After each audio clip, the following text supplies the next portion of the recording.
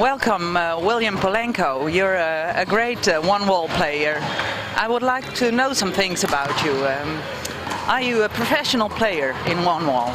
I am at the professional level, but we still play semi-professionally. I have a full-time occupation, but they're very good as far as vacation.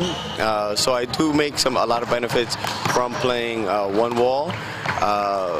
But like most people, I have to work. My dream would hopefully one day where one child can grow up and say, oh, I want to play handball professionally and be able to make a living. That would be a great dream to have.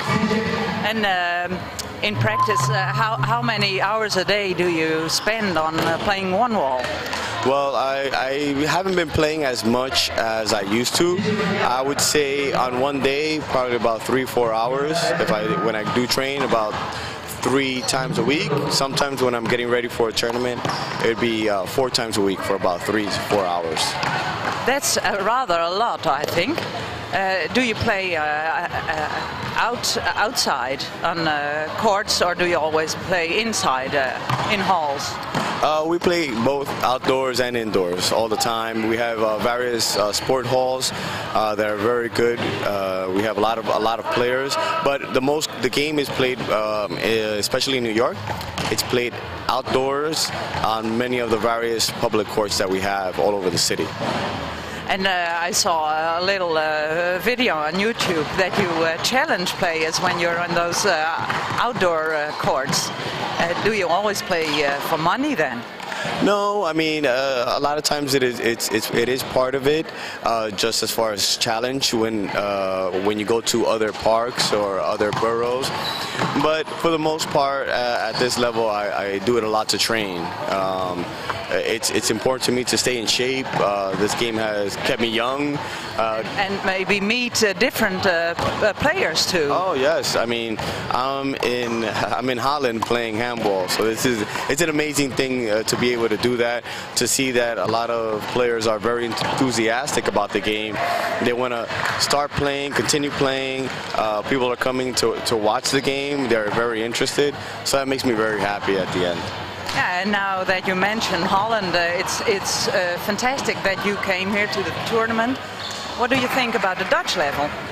I think the Dutch level is very good. They're getting much better. I've seen various players that play Kaatsen, and I'm amazed as to how hard they can hit that ball. I think it requires a little bit more training for their opposite hand, which is not their non-powered hand, of course, because Kaatsen you're mainly only on one. But they are tremendous athletes, and I give them a lot of respect. They put their whole heart into the game, and it's good to see them taking a lot of appreciation in their matches as well. So the level in Holland is increasing, I can hear from you, but how do you still manage to beat them? What are their weak spots? Well, for that, it's experience. A lot of it is experience. The game is rather new here in Holland. They are still kind of working out a little bit how to actually hit every single shot. We came here with a couple of other players from the US and Canada, myself, Tony Roberts, Vlad Klym, Victor Lopierre, Jessica Gawley from Canada. We came here and we tried to just show them a little bit more of how we play and the techniques that it takes to win. So hopefully they can adapt that, and in the coming years they're going to be really tough. Well, thank you. I saw you gave a clinic here Wednesday night for the youth and also Thursday for the adults. It was very good. I hope we can learn a lot from you. And one last thing, how do you like the tournament? Oh, I love the tournament. I mean, you get to see people from all over the world come out and play. You're going to see the younger players that are going to be great in the next 5-10 years.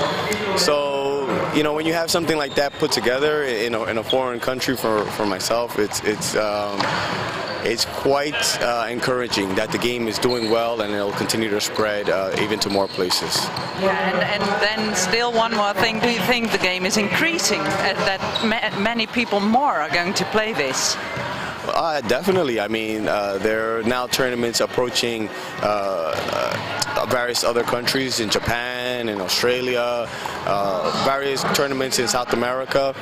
It's going to continue on, you know, from this side of Europe, even to a little bit more. We're working now to try and see if we can. We had a demonstration in Colombia in the World Games, and we're trying for 2017 to once again be invited and be part of the World Games in Poland.